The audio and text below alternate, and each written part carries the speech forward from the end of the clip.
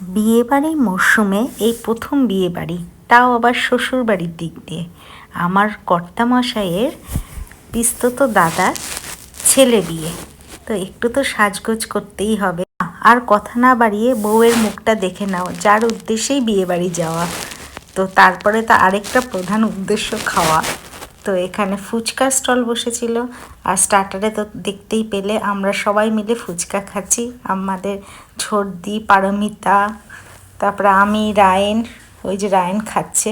আর আমার বরকে বলেছি একটু ফটো তুলে দিতে, যেই বড় ফুচকাটা মুখে দিয়েছি সেটাই তুলতে যাচ্ছে, আর দিয়েছি এক বকা। তো খুবই এনজয় করেছি আমরা বিয়েবাড়ি গিয়ে।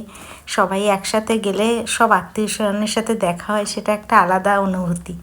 তারপরে একটু আমি যে যে খাবারগুলো খেয়েছি সেগুলোই শুধু ভিডিও করেছি। তারপর লাস্টে মিষ্টি মুখ আর কুলফি, ননদ আর এই যে দুই ভাইয়ের সাথে একটু ফটোশ্যুট করলাম, কারণ বিয়ে বাড়ি গিয়েছি, খাওয়া দাওয়া হয়েছে, ফটোশ্যুট করবো না? সবার ফটো তুলছি, আমার ছেলের আর বরের ফটো তুলবো না? তাদেরও তুলে নিলাম, সবারই ফটোশ্যুট করে নিলাম। বিয়ে বাড়িটা মন্দ কাটলো না, খুবই ভালো কেটেছে। আর কি বলবো, তোমাদের যদি ভিডিওটা ভালো লাগে অবশ্যই লাইক করবে, আর আমাদের ফ্যামিলিটাও যদি ভালো লাগে অবশ্যই লাইক করবে, শেয়ার করবে। আজকে ভিডিওটা এখানেই শেষ করছি। রায়ান লাস্টে পিপির সাথে একটু ফটো তুলে নিল। টাটা।